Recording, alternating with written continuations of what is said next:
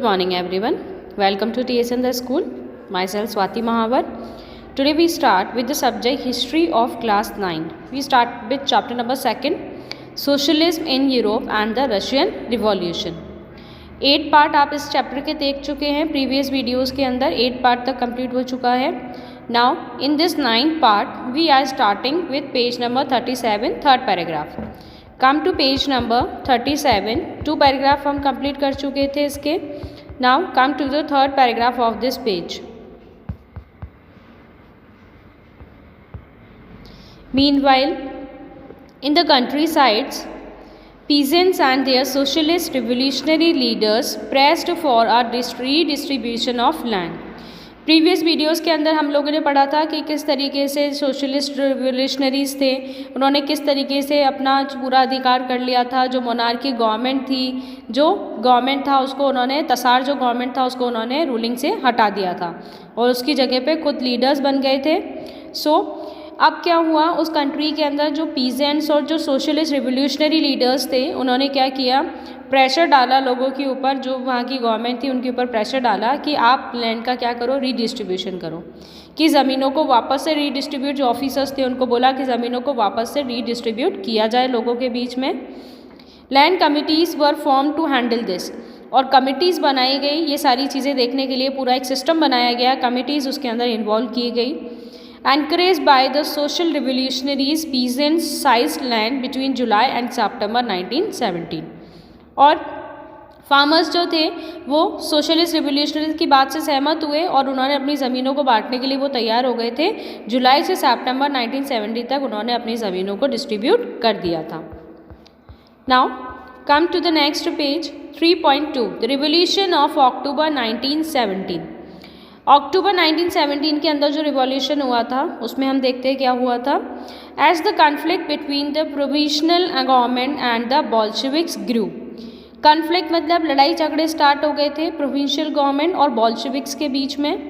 Lenin feared the provincial government. Lenin को डर हुआ किससे, प्रोविंशियल गवर्नमेंट से, कि वो अपना डिक्टेटरशिप यानी कि अपना खुद का रामराज यहाँ पे शुरू ना कर दे. In September he began discussions for an uprising against the government. सितंबर के अंदर उसने डिस्कशन करना शुरू कर दिया कि कैसे गवर्नमेंट के अगेंस्ट में वो जा सके, कैसे गवर्नमेंट के अगेंस्ट में वो लड़ सके, अपनी खुद की गवर्नमेंट वो बना सके. Bolshevik supporters in the army, Soviet and factories were brought together. अब बॉल्शेविक के जो सपोर्टर्स थे उन्होंने क्या किया, आर्मी को, सोवियत को, फैक्ट्रीज़ के अंदर जो भी बॉल्शेविक थे उन सबको आपस में मिला करके उनको एक मीटिंग, एक कॉन्स्टिट्यूशन, एक कमेटी उनकी बनाई थी. On 16 October 1970 Lenin persuaded the Petrograd Soviet and Bolshevik party to agree to a socialist seizure of power. 16 अक्टूबर 1907 को लेनिन ने क्या किया, पेट्रोग्राड सोवियत और बोल्शेविक पार्टी को एग्री कर लिया कि वो एक सोशलिस्ट तरह की पावर, सोशलिस्ट तरह की पार्टी वो बनाए. A military revolutionary committee were appointed by the Soviet under Leon Trotsky to organize the seizure. अब क्या हुआ, एक मिलिट्री रिवोल्यूशनरी कमेटी बनाई गई और उस कमेटी का हेड किसको बनाया गया, लियोन ट्रॉट्स्की को उसका हेड बनाया गया था. टू साइज की वो किस तरीके से अपने जो भी उनका पार्टी थी उस पार्टी के किस तरीके से पावर्स को वो चलाएगी. The date of the event was kept a secret. और कब ये जो उन्होंने पार्टीज़ बना करके जो कि सरकार के खिलाफ वो खड़े होना चाहते थे, सरकार के खिलाफ जो वो बगावत करना चाहते थे, युद्ध करना चाहते थे, तो उसकी डेट उन्होंने ऑर्गेनाइज नहीं की थी. उन्होंने सिर्फ ये तय कर लिया था कि हम कौन कौन सी पार्टी मिलेंगे और किसका हेड किसको बनाया जाएगा, किस तरीके से हम काम करेंगे. लेकिन ये शुरू कब होगा ये उन्होंने डिसाइड नहीं किया था. The uprising began on 24th October. Sensing trouble, Prime Minister Kerensky had left the city to summon troops. अब 24 अक्टूबर को जब उन्होंने रिवोल्यूशन स्टार्ट कर दिया था सरकार के खिलाफ में बोल्शेविक्स ने, तो प्राइम मिनिस्टर जो थे केरेंस्काय उनको प्रॉब्लम हुई और उनको टेंशन हुई और उसके बाद में उन्होंने क्या करा, सैमन ट्रूप्स यानी सेना को वहाँ पर उन्होंने लगा दिया. At dawn, military men loyal to the government seized the building of 2 Bolshevik newspapers. जो मिलिट्री मैन थे, जो लॉयल थे गवर्नमेंट के, मिलिट्री के पर्सन्स, उन्होंने क्या किया, बोल्शेविक के जो बिल्डिंग्स थी न्यूज़पेपर की उसके ऊपर अटैक किया. Pro government troops were sent to take over telephone and telegraph offices and protect the Winter Palace. अब जो गवर्नमेंट की ट्रूप्स थी उन ट्रूप्स ने क्या किया, टेलीफोन और टेलीग्राफ ऑफिस को सेव कराया, और जो विंटर पैलेस था जहाँ पे मीटिंग्स वगैरह होती थी उस पैलेस को उन्होंने सेव कराया कि लोग आकर के इसके ऊपर आक्रमण ना कर दें. इन अ swift response, the military revolutionary committee ordered its supporters to seize government offices and arrest ministers. अब रिवोल्यूशनरी जो थे, जो उन्होंने अपनी कमेटी बनाई थी, हमने अभी प्रीवियस पैराग्राफ्स के अंदर पढ़ा था कि उन्होंने अपनी जो कमेटी बनाई थी उस कमेटी को उन्होंने ऑर्डर दिया कि आप जाओ और गवर्नमेंट ऑफिसेस के अंदर जाओ और उनके सपोर्ट से आप क्या करो, उनको अरेस्ट कर लो. जो भी गवर्नमेंट ऑफिसेस के अंदर जो ऑफिसर्स हैं, यानी कि जो भी सरकार के लोग हैं, उनको क्या कर लो, आप अरेस्ट कर लो, मिनिस्टर्स वगैरह को. Late in the day the ship Aurora shelled the Winter Palace. उसके बाद शिप ऑरोरा लगा दिया गया, विंटर पैलेस के ऊपर बमबारी कर दी गई. Other vessels sail down the Neva and took over various military points. और दूसरी जो नेवा के दूसरे जो मिसाइल्स वगैरह थी वो लगा दी गई थी मिलिट्री पॉइंट्स पर. उन्होंने क्या कर दिया, बॉम्बिंग कर दी थी ताकि उनको नष्ट कर दिया जाए. By nightfall the city was under the committee's control and the ministers had surrender. शाम होते होते जो भी रिवोल्यूशनरी थे उनके कंट्रोल में सारा मिनिस्ट्री आ चुका था, सारी गवर्नमेंट उनके हाथ में आ चुकी थी और सभी मिनिस्टर्स ने क्या कर दिया, सरेंडर कर दिया, क्योंकि उन्होंने बॉम्बिंग वगैरह की थी कि पूरी तरीके से उनके ऊपर उन्होंने अटैक किया, फुल पावर के साथ उन्होंने अटैक किया. तो जो वहाँ के मिनिस्टर्स थे वो डर गए और उन्होंने क्या कर दिया, सरेंडर कर दिया. At a meeting of the All-Russian Congress of Soviet in Petrograd, the majority approved the Bolshevik action. अब जो मीटिंग्स होते थे, ऑल रशियन कांग्रेस की जो मीटिंग होती थी सोवियत की, कहाँ पर, पेट्रोग्रेड के अंदर. सोवियत यूनियन की जो ऑल रशियन कांग्रेस थी उसकी मीटिंग कहाँ हुई थी, पेट्रोग्रेड के अंदर. वहाँ पर मेजोरिटी का जो अप्रूवल था वो किसको मिल गया था, बोल्शेविक को मिल गया था. यानी कि जीत यहाँ पर किसकी हो गई थी, बोल्शेविक की हो गई थी. Specially in Moscow, but by December the Bolshevik control the Moscow Petrograd area. Specially Moscow को उन्होंने जीत लिया था, लेकिन दिसंबर आते आते बोल्शेविक के कंट्रोल में पूरा मॉस्को पेट्रोग्रेड का एरिया आ गया था. उन्होंने सब जगह अपना कब्जा बना लिया था. Come to the next section, what changed after October. अक्टूबर के बाद क्या हुआ, the Bolsheviks were totally oppose to private property. अब जो लोगों की प्राइवेट खुद की प्रॉपर्टी उसको अपोज करना शुरू कर दिया बोल्शेविक्स ने. Most industry and banks were nationalise in November 1970. और नवंबर 1917 तक क्या हुआ, बहुत सारे इंडस्ट्रीज़ और बैंक्स को क्या कर दिया गया, नेशनलाइज कर दिया गया. This mean that the government took over ownership and management.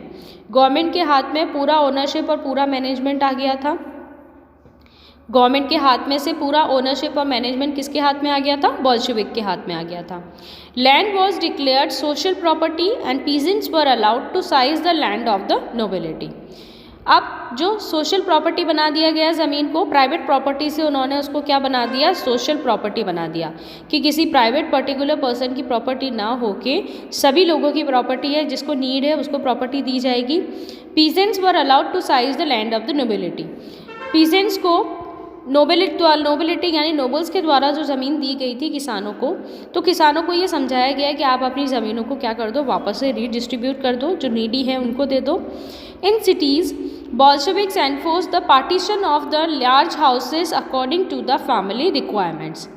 Bolsheviks ने एक बहुत ही अच्छा काम किया. उन्होंने क्या किया, जो लार्ज हाउसेस थे, लार्ज हाउसेस को उनके जो हाउस ओनर थे उनको कहा कि आप अपने जो बड़े बड़े आपके घर हैं उनको अपने फैमिली के अकॉर्डिंग, आप जितना आपकी फैमिली रिक्वायर्ड करती है उतना आप बांट लो, उतना काट लो, उतना डिस्ट्रीब्यूट कर लो आप, और बाकी बचा वाला उन लोगों को दे दो जिनको ज़रूरत है. They banned the use of old titles of aristocracy.